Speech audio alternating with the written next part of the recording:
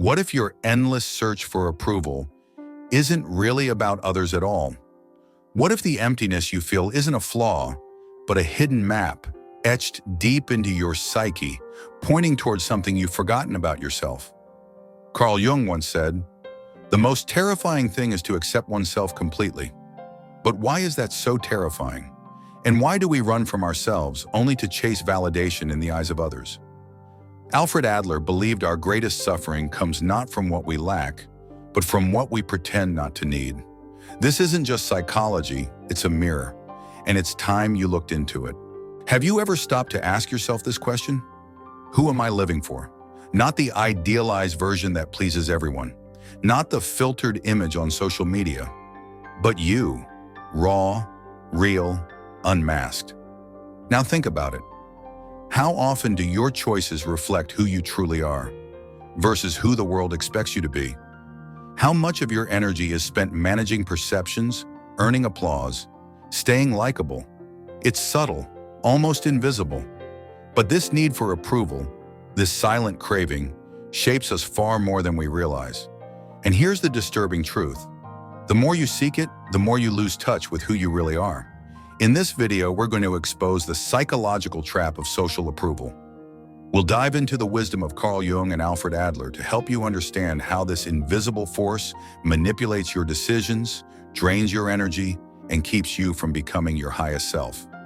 And by the end, you'll discover a liberating shift that has the power to transform your life from the inside out. Let's begin. The first approval we ever crave. From the moment we enter the world, we begin scanning for cues. A smile from our mother, a nod from a teacher, a cheer from our peers. We learn early on that approval equals love, and over time, that connection wires itself into our nervous system. We become experts at adapting, smoothing out our quirks, trimming our truths, molding our personalities to fit whatever earns praise and avoids rejection. But what starts as a survival instinct quickly becomes a prison. We don't even notice it happening. You laugh at a joke you didn't find funny. You agree with an idea you don't believe in. You stay in a job, or even a relationship, because walking away might disappoint someone. That's the high cost of approval. It trains you to betray yourself in small, quiet ways.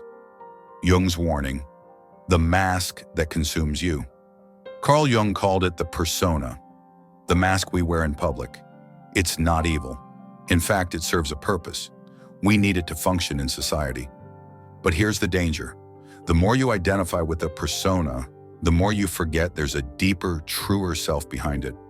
And when we ignore that deeper self, when we silence it long enough, it retreats into what Jung called the shadow.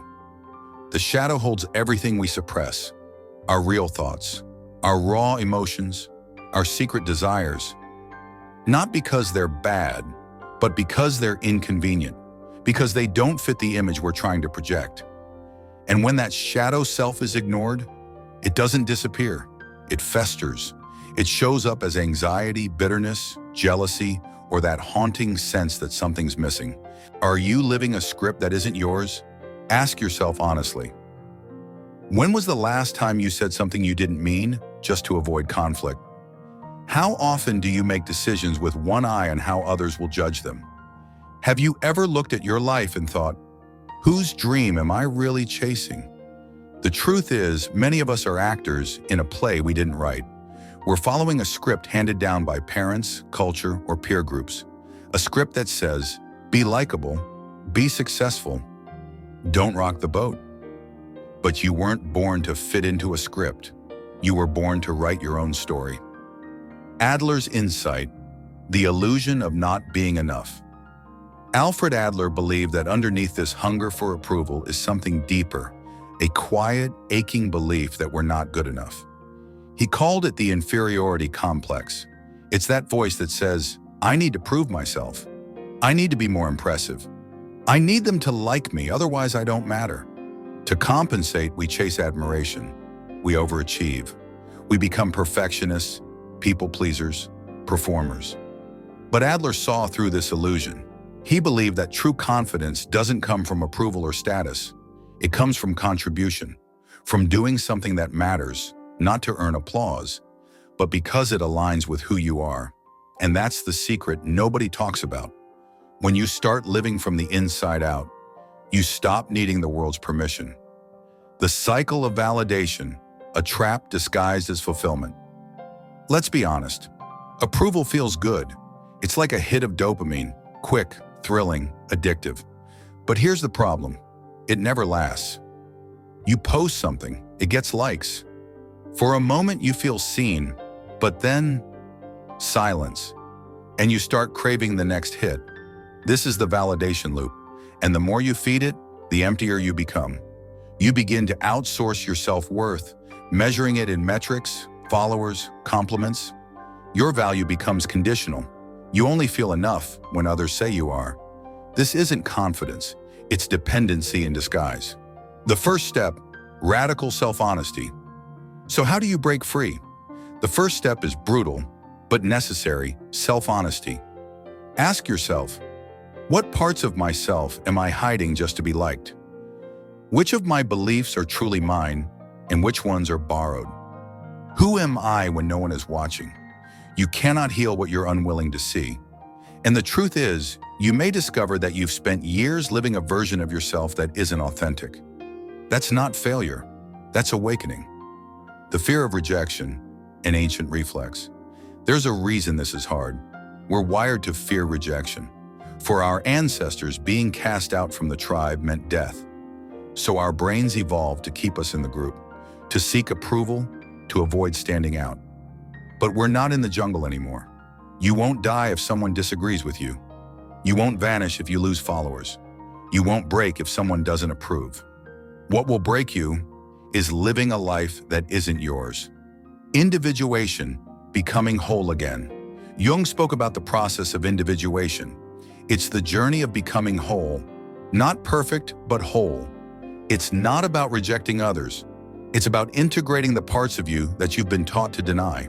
The sensitive parts, the wild parts, the honest parts. Individuation means facing the shadow, reclaiming it, and saying, yes, this is me too. It's about no longer needing to perform, no longer chasing worthiness in other people's eyes. And when you walk this path, something incredible happens. You stop trying to fit in and start belonging to yourself. The strength to disappoint. Let's get real for a moment. If you're serious about reclaiming your freedom, you're going to have to disappoint people. You're going to be misunderstood, judged, maybe even rejected. But that's okay, because every time you choose truth over approval, you grow stronger. Every time you honor your own voice, you reclaim your power. It takes courage to say no, to change direction, to walk away from roles that no longer fit. But the alternative is far worse. A life of quiet frustration, a soul half-lived, a self forever hidden. From approval to alignment, here's the shift. Stop asking, do they like me? Start asking, do I like who I'm becoming? Stop trying to be impressive. Start being honest. Stop waiting for permission. Start living in alignment. When you live this way, you become magnetic, not because you're seeking approval, but because you're radiating authenticity. And ironically, the more you stop needing approval, the more people respect you. The final realization, you were always enough. Let's bring it home. The need for approval? It's a ghost, a leftover echo from a time when your survival depended on it. But that time has passed. You're no longer a child. You're no longer at the mercy of the crowd. And here's the most powerful truth of all. You were always enough, not because someone told you so, but because you exist, because you are a unique, unrepeatable expression of life. Jung once said, the privilege of a lifetime is to become who you truly are, not who they want, not who they expect, not who they'll applaud, but you, fully, freely, fearlessly. So let me ask you, what would your life look like if you stopped performing? What truth have you been silencing just to be accepted? And who could you become if you stopped asking for permission? The world doesn't need more approval seekers. It needs more truth tellers, more realness, more courage. And it starts with you, right here, right now.